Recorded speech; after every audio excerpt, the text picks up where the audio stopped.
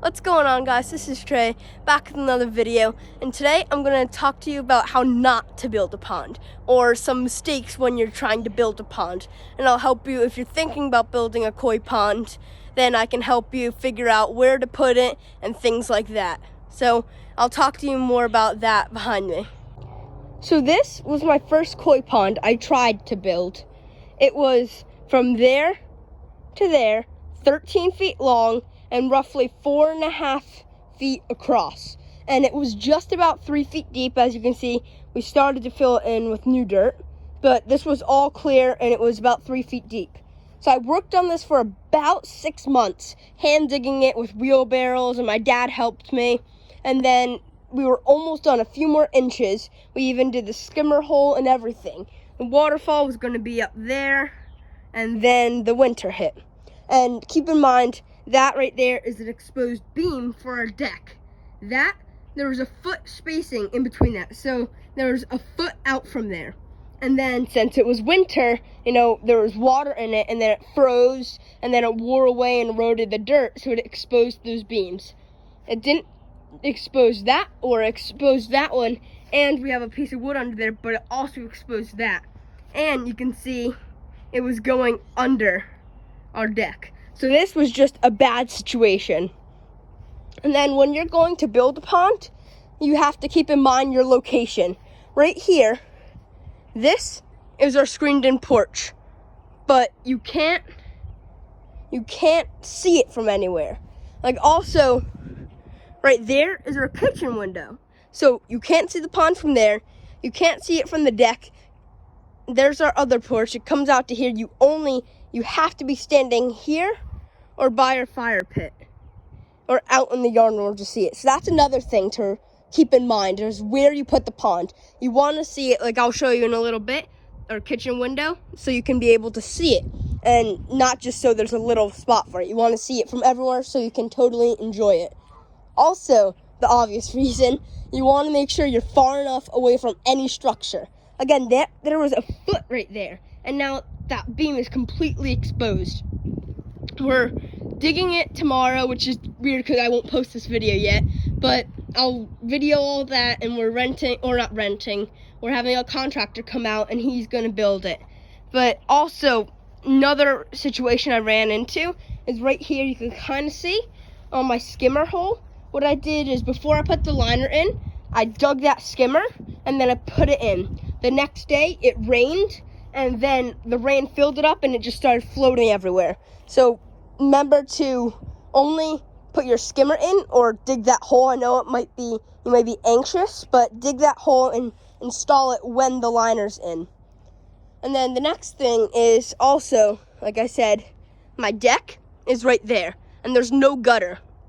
So when it rains, let's say an inch, this thing will fill up almost the whole way, and that's like 30 inches. So another thing to keep in mind is, if you are going to build it to a structure or by anything, make sure there's a gutter, or just altogether don't do it by a structure. But if you still are doing it, make sure you have enough drainage or it's not there. Because the drainage, it would have been horrible because it would just overflow every time it rained. So make sure that. And as you can see, there was a ledge there. It was up like that. And then all that rain came down from there to right there and just eroded that all the way. And now, sadly, we're going to have to fill it all in. Another thing to keep in mind is that it's hard work, especially if you're going to hand dig it. And you may find a lot of rocks. I'll come over and show you this big rock. I had a hand pull that out. It was huge, along with some other rocks. But that size comparison, that's my hand. It was a huge rock. And I'm going to incorporate that with our waterfall, which you'll see later. And all these rocks, we've been storing it here for a really long time. We got it from our Pocono house, and we're all going to incorporate that into the new pond. And then finally, the last thing I would consider is, don't build it on a slant. I'll try to step back.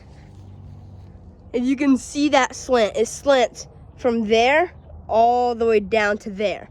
That is another thing to keep in mind, because when I was digging this and it would fill up, this side would start to overflow, or this side would still have a foot above before it even started to overflow. So you really want to try to do it in flat land so there won't be any water issues. If not, you'd have to build up a berm and make that all basically the same level, or dig that down. And it'd just be so much work. So just try to find it in a good, usable area that you'll enjoy it and that it'll function correctly. This is the second pond. I know, a lot of ponds I tried to dig, but this is the second one I started to dig, and this is where I was gonna do it after the one over there that I just showed you. But this, as you can see, is a more usable space. Right here, if you look back, my room's up there, the kitchen window's right there, our fire pit's right there. So this would be visible from a lot of different places, and it'd be very good. So you want to make sure it's here. Another thing to keep in mind, though, is water level. As you can see, I have this huge pond in my backyard, and the water level, since it's there and there's so much, we might only be able to dig down a foot or two, or something like that, before we hit the water table, and then I can't dig it 3 feet. And if you live in a cold climate like New Jersey, you really want to dig it 3 feet so the fish don't die. So you really want to keep in mind also the water level and how high it is. Another, if you run into that issue, you're 2 feet down, you need it 3 feet, don't panic too much. You can build it up, like you can put wood to raise it up. It won't look as good, or rocks. It won't look as good as just, putting the liner in like this, but it'll be better than not doing a pond at all. Alright, so that's it for the video. I hope you learned, and I hope if you do build a koi pond that you'll do it correctly. And make sure you're subscribed so you can see my upcoming videos about my koi pond. It's going to be so cool. Alright, thank you for watching. Please subscribe.